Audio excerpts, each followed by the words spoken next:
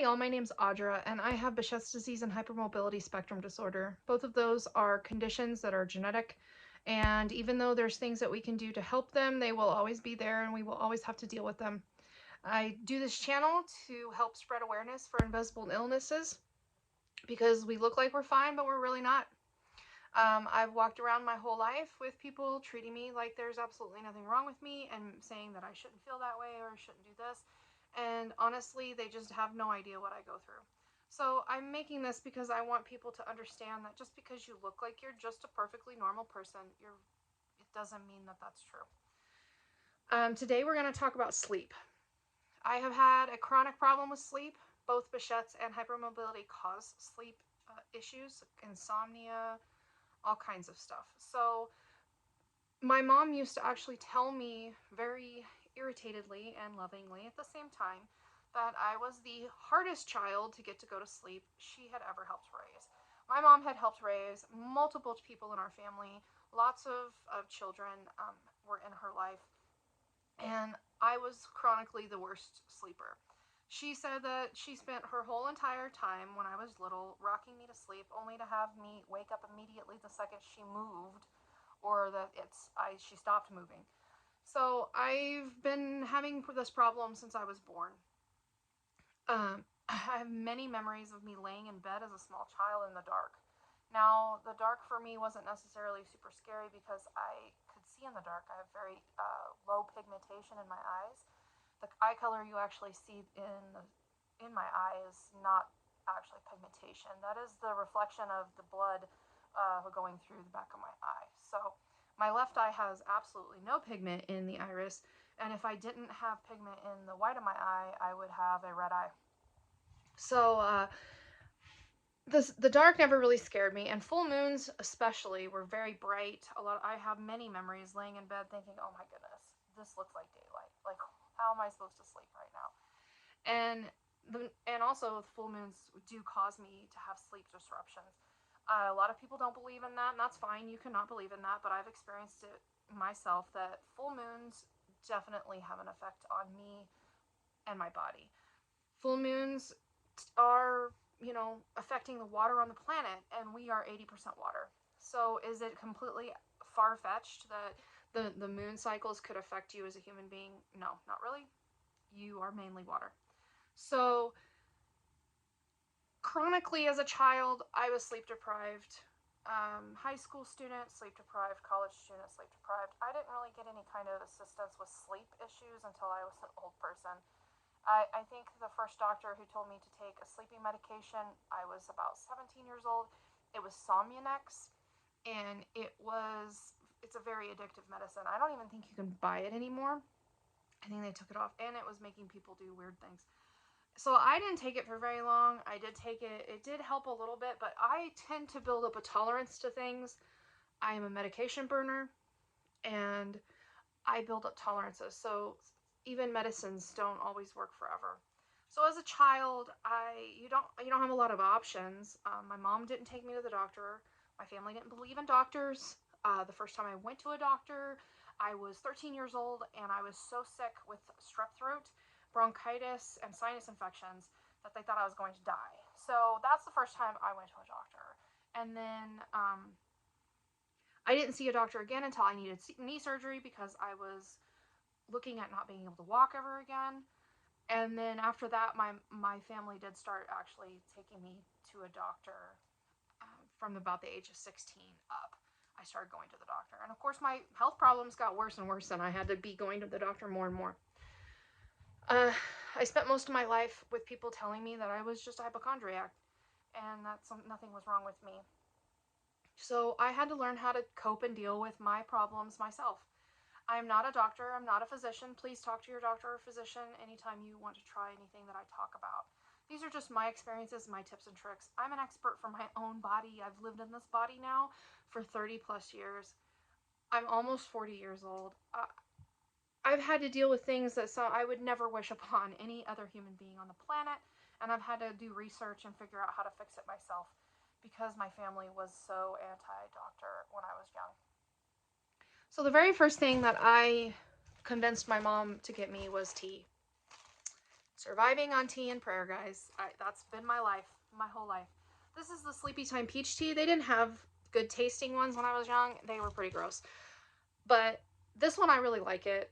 Celestial Seasonings is the brand. I've been using them since I was like 14, maybe even younger. I think I really first started drinking tea when I was like 11. So it might be 11. Most sleep teas back when I was younger though did not taste well. They were very bitter. It was a horrible experience. But now you can get ones with really good flavors. You definitely want to get stuff that is got passion flower and stuff like that in it. This one, I threw the box away. I keep all of my teas in bags like this because the boxes take up so much space and I don't want to deal with it. So I would drink tea before I went to bed. I was also an odd child because I didn't stay up. Many times after my mom put me in public school when I was about 9 years old, and once dinner was done, I'd go to bed because I couldn't sleep in. And I went to school about 45 minutes from my house. They didn't have a bus, so I had to wake up early so my family could drive me to school. And I would go to bed. There's many times that my mom couldn't find me. She was screaming outside for me. I wasn't outside. It was still daylight, and she's looking for me in the house. Couldn't find me. Comes in and finds me in my room, and I'm sleeping, or I'm trying to sleep. It's not that I was always asleep. Sometimes I would fall asleep, just pure exhaustion, total exhaustion. So that was pretty much the only options I had as a child to help me sleep. Melatonin came out when I was probably 16, and it wasn't really well known, and I didn't try it yet. I had a doctor suggest it after they suggested Somninex. And Somninex is a medication that is actually very addictive. It was not a good medication to take. I took it for a short period of time, and then after doing some research for myself, found out that it was not necessarily a good thing to be taking, and so I stopped. I tried melatonin. I didn't have any benefit from melatonin. Melatonin needs to be very carefully dealt with. It is a hormonal thing. It is not just a mineral or supplement that like you would normally want to take. It is a hormone. And if you take so much of it, I've read many doctor articles that suggest that it can actually prevent you from making your own melatonin, which that's not something you want to do. You want to support your body so it can make the things that it needs to on its own, because if you completely shut down that ability, you're going to have a problem on your hands. So I never took much melatonin. And so I pretty much suffered from small childhood clear until recently with my sleep. It got very bad when I was pregnant with my kids. The full moon is a very hard time for me every month. I have a hard time sleeping, even with medications now. So I was chronically sleep deprived. When I moved to New Mexico, it was getting far worse. I had bronchitis so many times that I had some lung damage from bronchitis from living in Oklahoma in humid area. So we moved to New Mexico where it was drier, and my lung problems did get better, but unfortunately my sleeping problems got worse. So it got to the point where I was not sleeping. I was not going into REM sleep, and I could tell because I was having things like daydreams where you are awake but you're seeing weird stuff. I had a tiger by my bed one day. I had a little girl standing at the end of my bed. I had a bra. Why a bra? I don't know. There was a bra floating around in my room. I don't know. Your brain does really weird stuff when it's sleep deprived. I was having sleep paralysis. I was having just the inability to even focus. A complete adrenal fatigue. I had complete adrenal fatigue because I was living on adrenaline because I could not sleep. So I went to a sleep doctor because it was getting to the point where I was like, I'm gonna die. Like, because if you don't sleep, your brain gets damaged, and then the next thing you know, it's not working, and you're not gonna make it. So I went to a sleep doctor. My mom insisted I had sleep apnea because she had sleep apnea, and my brother had sleep apnea, And so it was just sleep apnea. Well, it turns out that I don't have sleep apnea.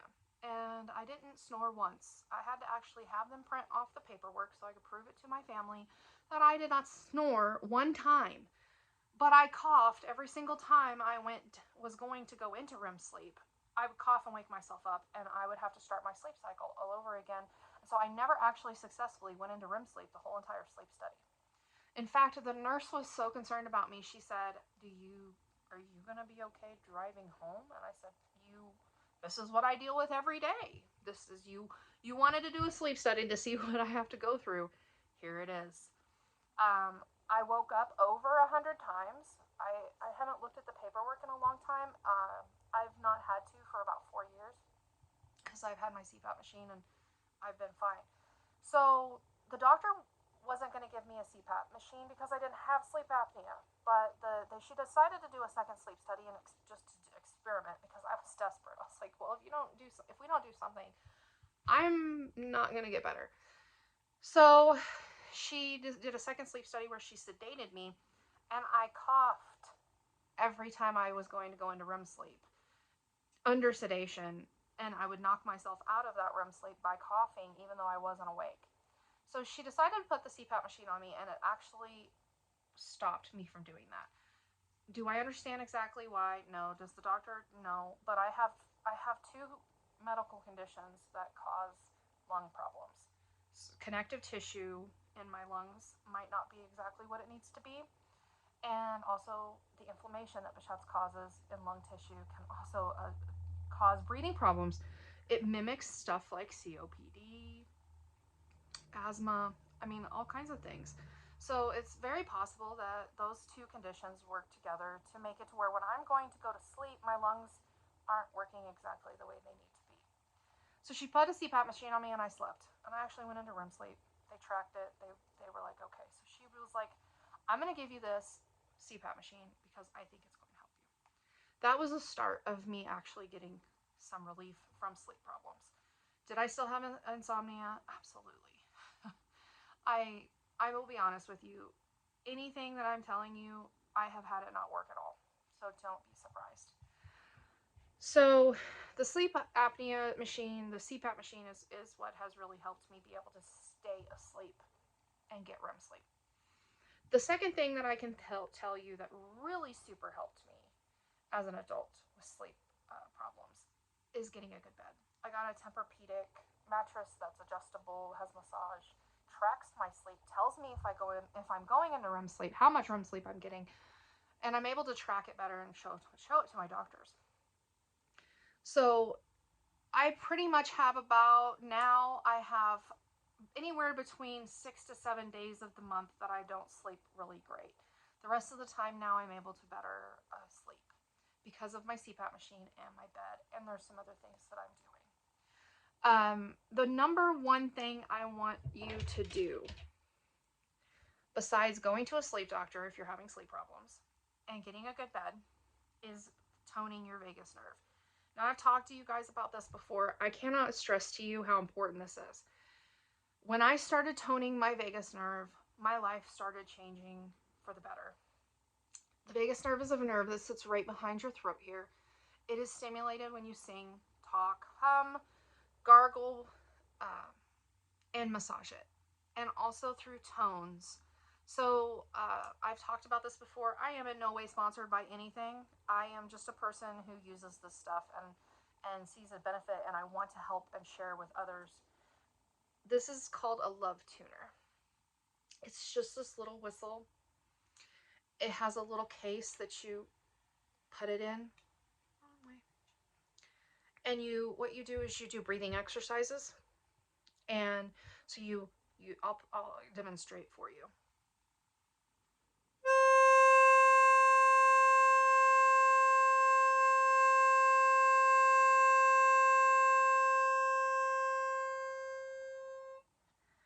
Now, what I like to do, that you've heard that noise and you understand that you breathe in and blow out, I like to do actual breathing exercises where you breathe in for 8 seconds, you hold it for as long as you can, and then you breathe out slowly as long as you can. Now, what that does is that it actually increases lung capacity. You're just not just breathing exercises. You're actually increasing your lung capacity. And if you have asthma or you have an inflammatory lung problem, increasing your lung capacity isn't going to cause you any harm. It's actually going to help you. So I like to do long breaths with that tone, and it really helps. And you don't even have to do it every single day. I did it first because my vagus nerve was so messed up. Now I only have to do it occasionally. You can also make the noise. It makes the same tone. It's not quite the same pitch, but it's the same tone.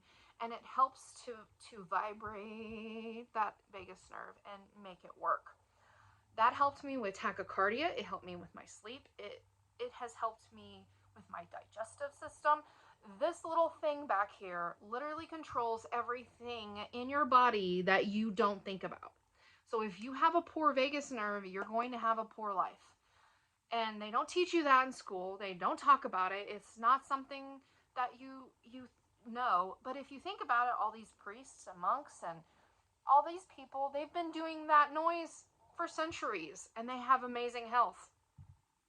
Why? Because it does that. It tones your vagus nerve. Singing tones your vagus nerve. Sing in the shower. Who cares if you don't sound good? It doesn't matter. That has been a huge improvement in my life, just in general. If you have hard time swallowing, which I still do, I have a difficulty with talking sometimes. Some videos you may notice that my voice sounds funny, and it's because I have a connective tissue disorder, and that actually affects the vagus nerve. Inflammation from Behçet's disease affects my vagus nerve. So it's an ongoing process. I'm never going to be able to stop, but I can tell you that I don't do it constantly anymore like I did when I first started. Another thing is your circadian rhythm, another hippie term. My mom and my brother always used to make fun of me for being a hippie. Do you wear these? These are bad for you. I totally get it. I have hardly any pigmentation in my eyes at all. But sunglasses actually prevent your body from registering that it's daylight, and so you mess up your sleep rhythm. We were designed for our eyes to see that the sun is out and have contact with the rays of the sun through our eyeballs, for us to know, our body to know, our vagus nerve to know what time of the day it is. So if you're wearing dark, these are very dark, sunglasses all day, every day, you are messing up your circadian rhythm. I'm sorry, you are.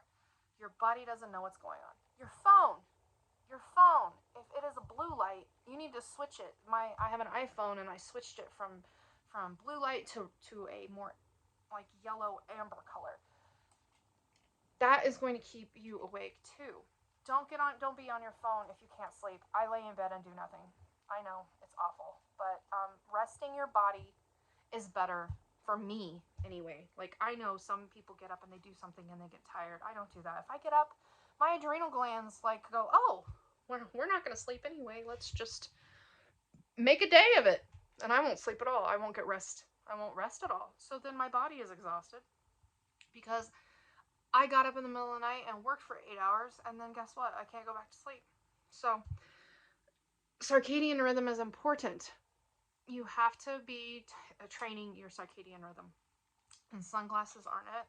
I'm not saying I don't wear sunglasses. I do, but I try to make sure that I'm getting multiple times a day. I'm taking them off and letting my body and brain and mind and eyes know it's daylight. It's not nighttime. Another thing is you may have a slight hormonal problem. Now, if that's the case, I actually took the Depo shot for 2 years, and it made me go into premenopause. They don't tell you about the birth control and what it does, and I'm going to make a video about that, but I'll just tell you right now, the Depo shot actually tricks your body into believing that you're in menopause.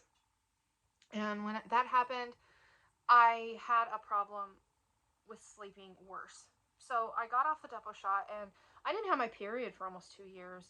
And the way I resolved that, got myself back out of that hormonal problem, is I actually took you don't take it.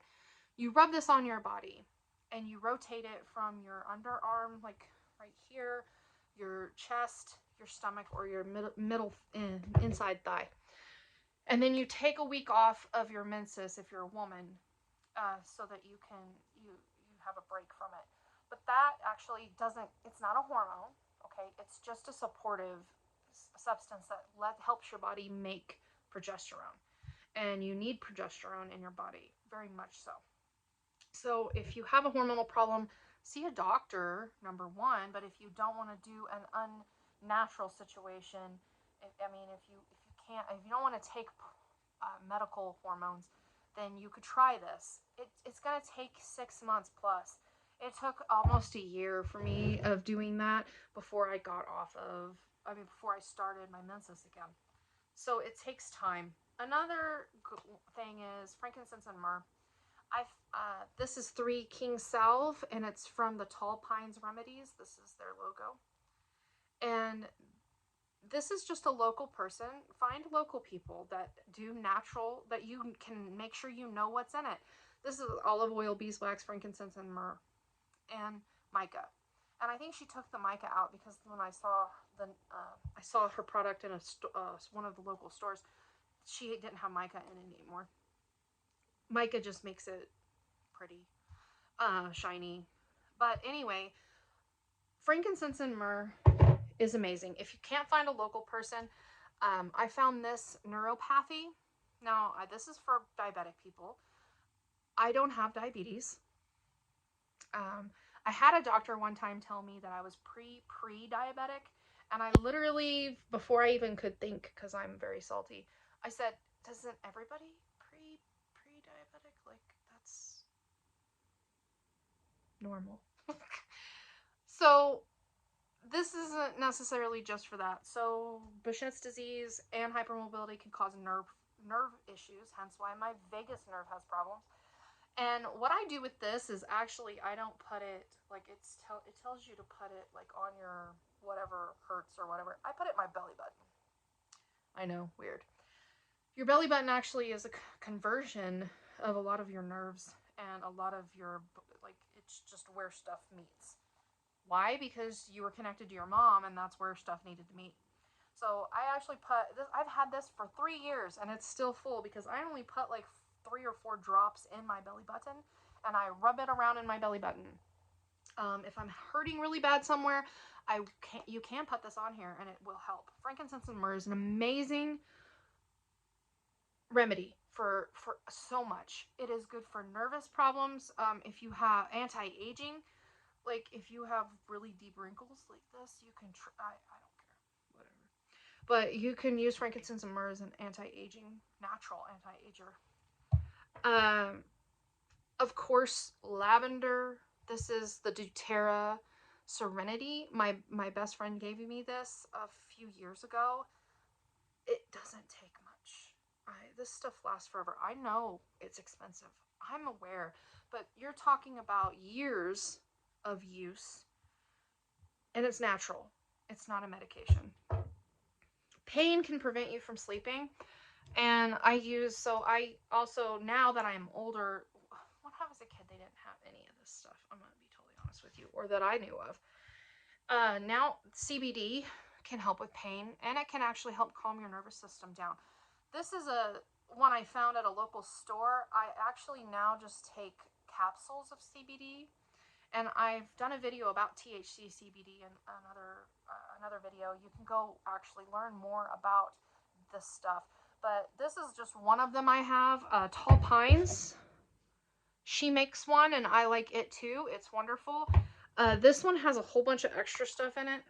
A whole lot of other herbs. And it has a very pepperminty, mentholy, so it's very soothing smell. So soothing smells help as well. Also, good sleep starts with a good day. Stop drinking soda. Don't drink caffeine after 4 o'clock. And take vitamins. I take the Shakely Vitalizer Woman. I almost said womanizer because I'm dyslexic. So that's a fun thing. This has a probiotic in it. Probiotic.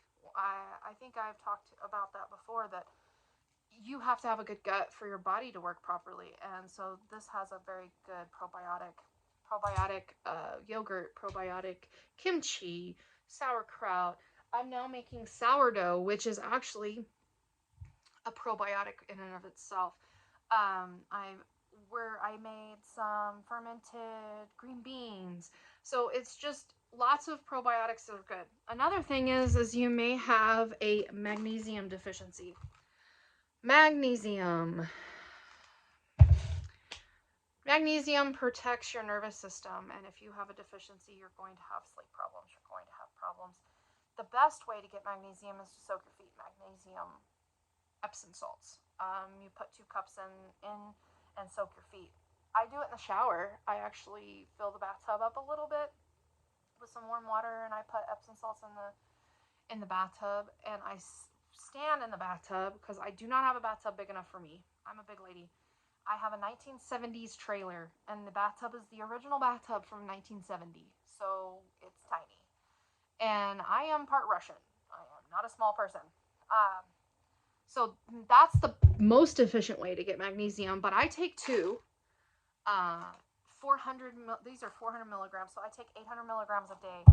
At night, when I go to sleep, it is going to give you bubble gut, because it acts like a coating on your stomach. It's not an uncomfortable bubble gut, but your stomach's going to make some more noises than it normally does. So if you take it during the day, you're going to have that problem. Where it is, if I take it at night, it does those things, and then I wake up in the morning, I'm able to go to the bathroom, and then the rest of the day, I have no more bubble gut. So if you're constipated, you need magnesium. If you can't sleep, you need magnesium. If you're pregnant and you have severe morning sickness, you need magnesium. Magnesium is like an extremely important part of our body, and unfortunately, our food does not contain enough magnesium. The way we grow food, the way we produce food anymore is not conducive to our body's homeostasis, and we need to address that ourselves as individuals. So magnesium is very important. Also, this is my water jug. I wish I could find one that's not plastic. This is a plastic one. It's Hydro Jug. I do like them because they're not super heavy. I drink almost 2 gallons of water a day. You're supposed to be drinking half your body weight in ounces a day. So if you're not drinking half your body weight in ounces of water a day, you are not hydrating your body properly. And if you have Behçet's disease or another autoimmune disease, you need to be hydrating yourself, not with soda, not with juice, not with milk, with water. Clean, fresh water, not tap water. They put stuff in that is not good. It's going to put more of a burden on your body when you drink tap water. You need to get a good filter, and you need to filter your water and drink it. Bottled water is questionable because you don't know. They can be just filling that up with tap water. I have drank some water in bottles and thought, this is not filtered water. This is tap water. And if you do severe research, you may find out that's true. So that is a big issue as well. Another thing is if you have hypermobility, I would definitely recommend sleeping with braces. So this is a sleep brace. It has this bubble in here, and when you put it on, it makes your hands sit at the most proper angle. Now, I have a tendency, if I don't wear those, to sleep like this, which when you have hypermobility, you're extremely hyperextending your body. Like, I can touch my thumb to not from that angle. There you go.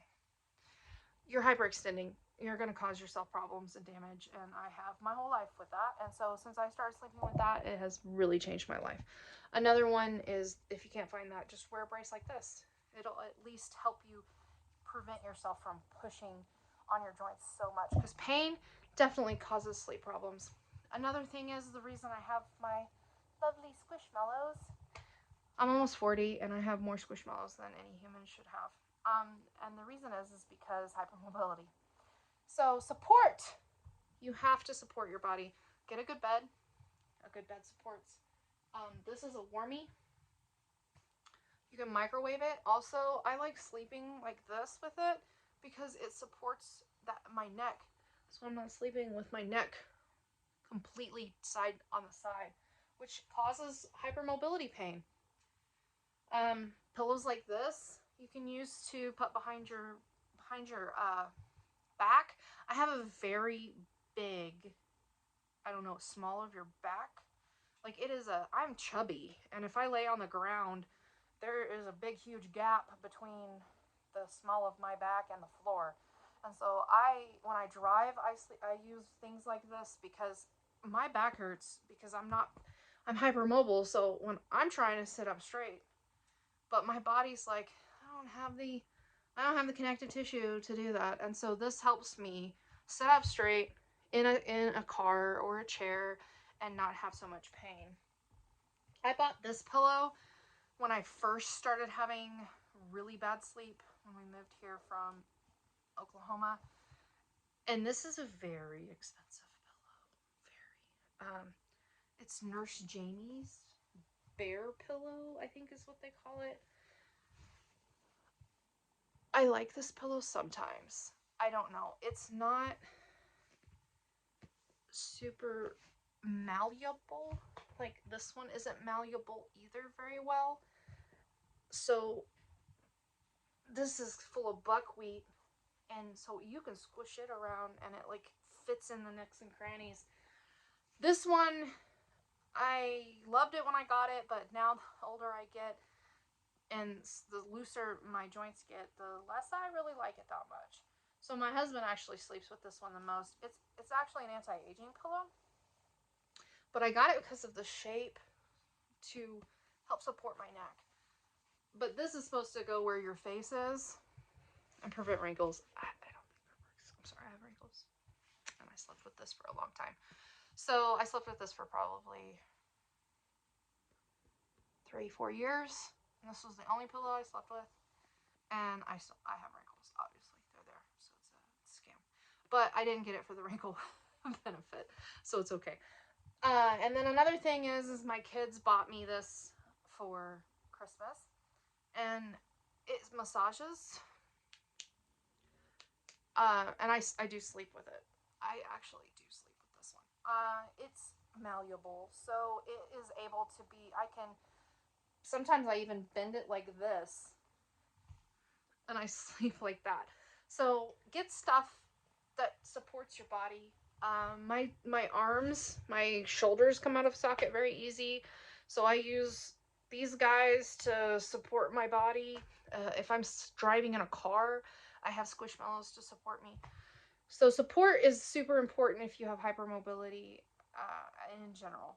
Just get some support and support your body so your muscles aren't having to work so hard.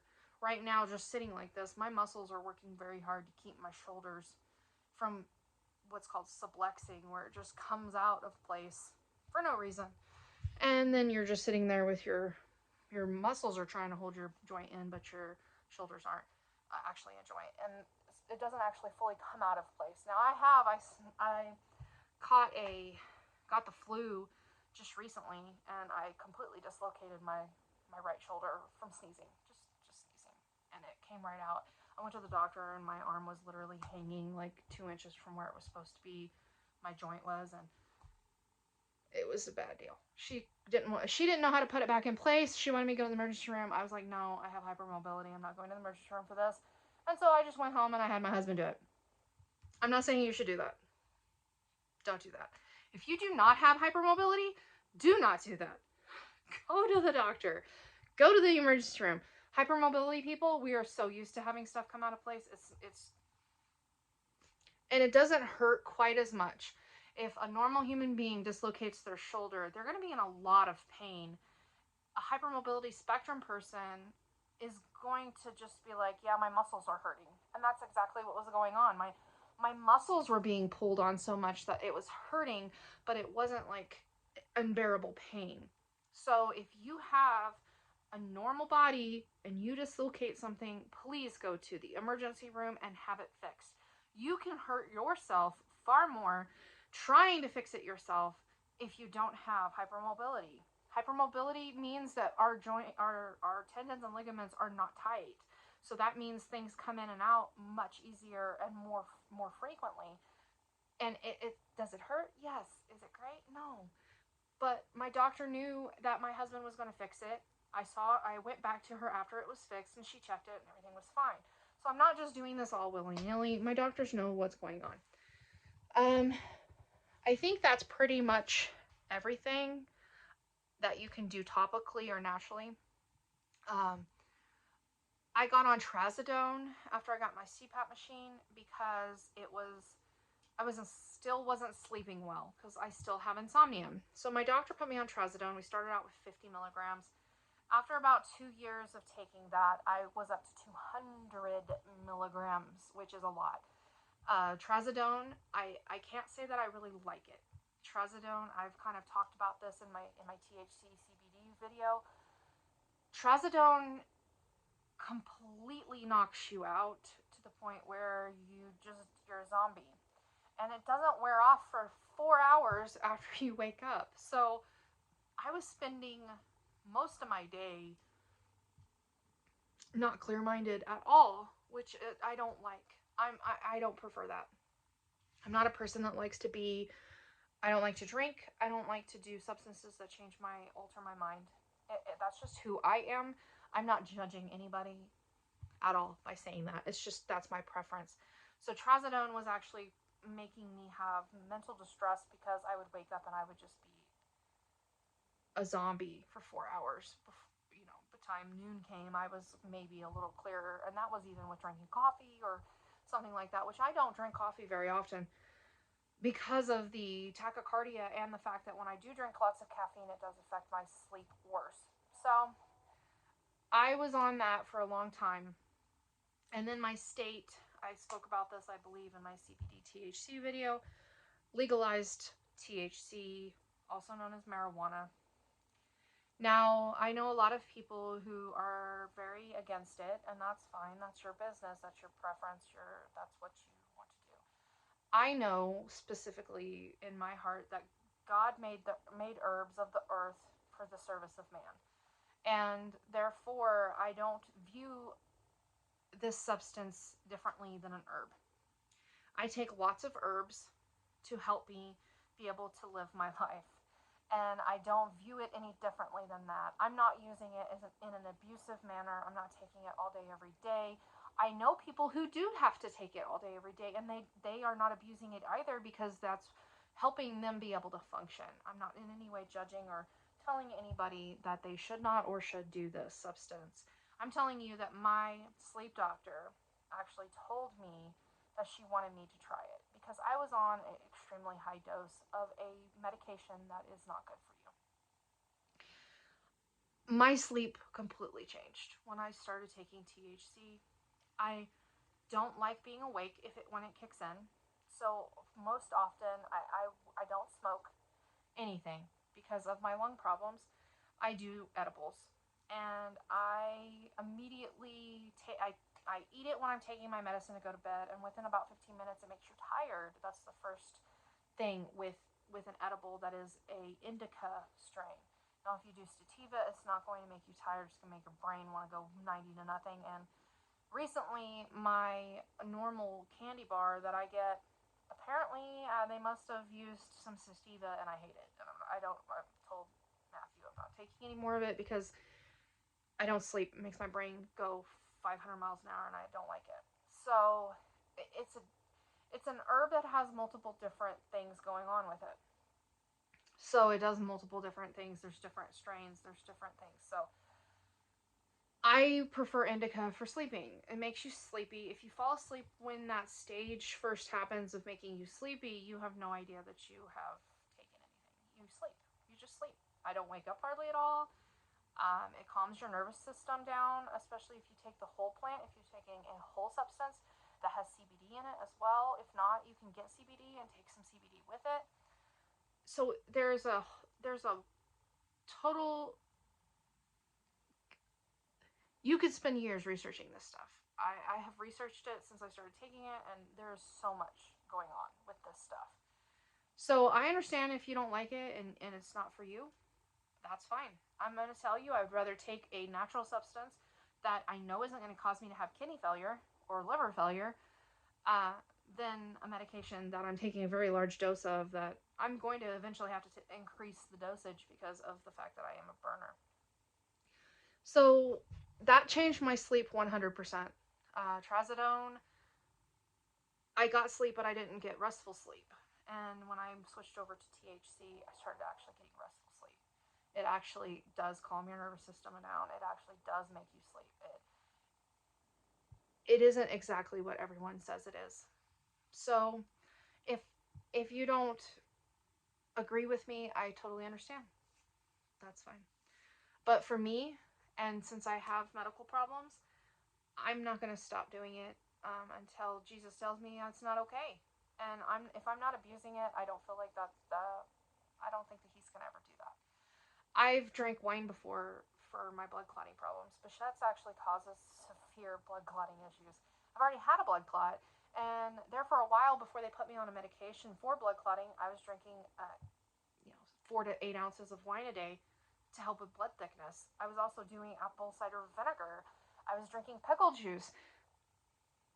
It's how you use a substance, in my personal opinion, that makes it right or wrong. I can overtake anything, and it can be bad. So it's how you personally choose to use that, and that's between you and Jesus, not me.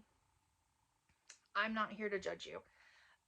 This is just my personal experiences, and I want to share with everyone to know what could or could not work.